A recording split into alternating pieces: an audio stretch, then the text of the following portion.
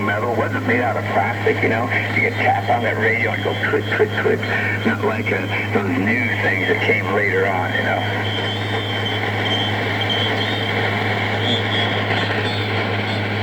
Ooh, then I built my first radio in 1965. It was my first radio. It was a kit. It was a receiver. Yep, but I was standing at attention because I was in military school on top of a hill there overlooking Long Beach, California. And I could look down there. I could see a hangar down there. Ooh, is that the Spruce Roof? What do they call that thing? Spruce Goose. Hey, Sprucey Goosey. But you know, November 151 Lima could park not too far away from it. That was the red and white. That was the other red and white November. That was the first turboprop jet airplane that Howard bought. Check it out.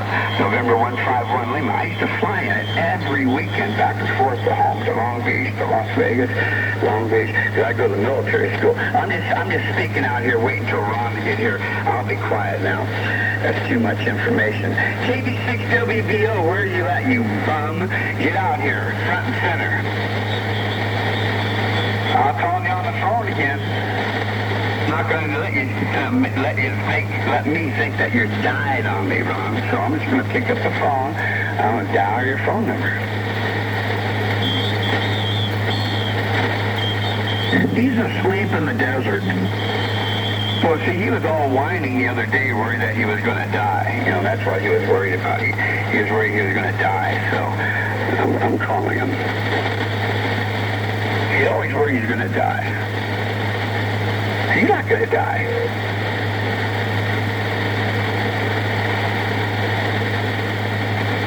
No, if you won't answer, that's 6 rings. Yeah, he's all hunkered down because the heat's coming in.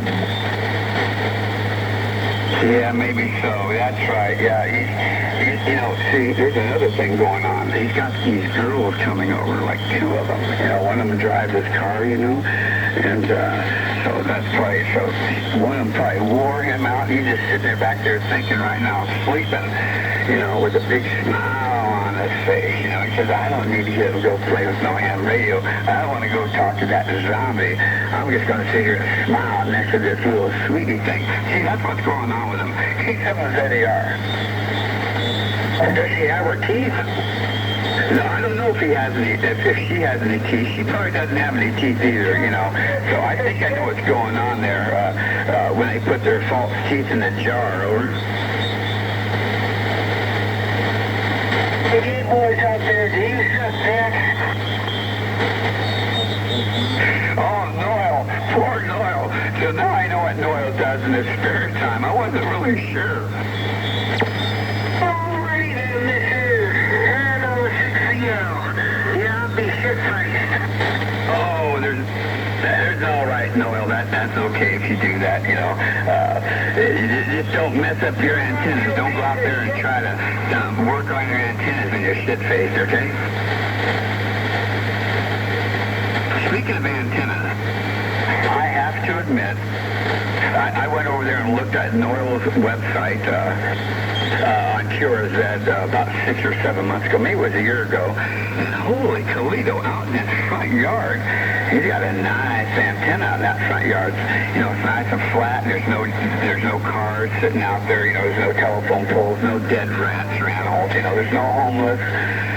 Nothing like that.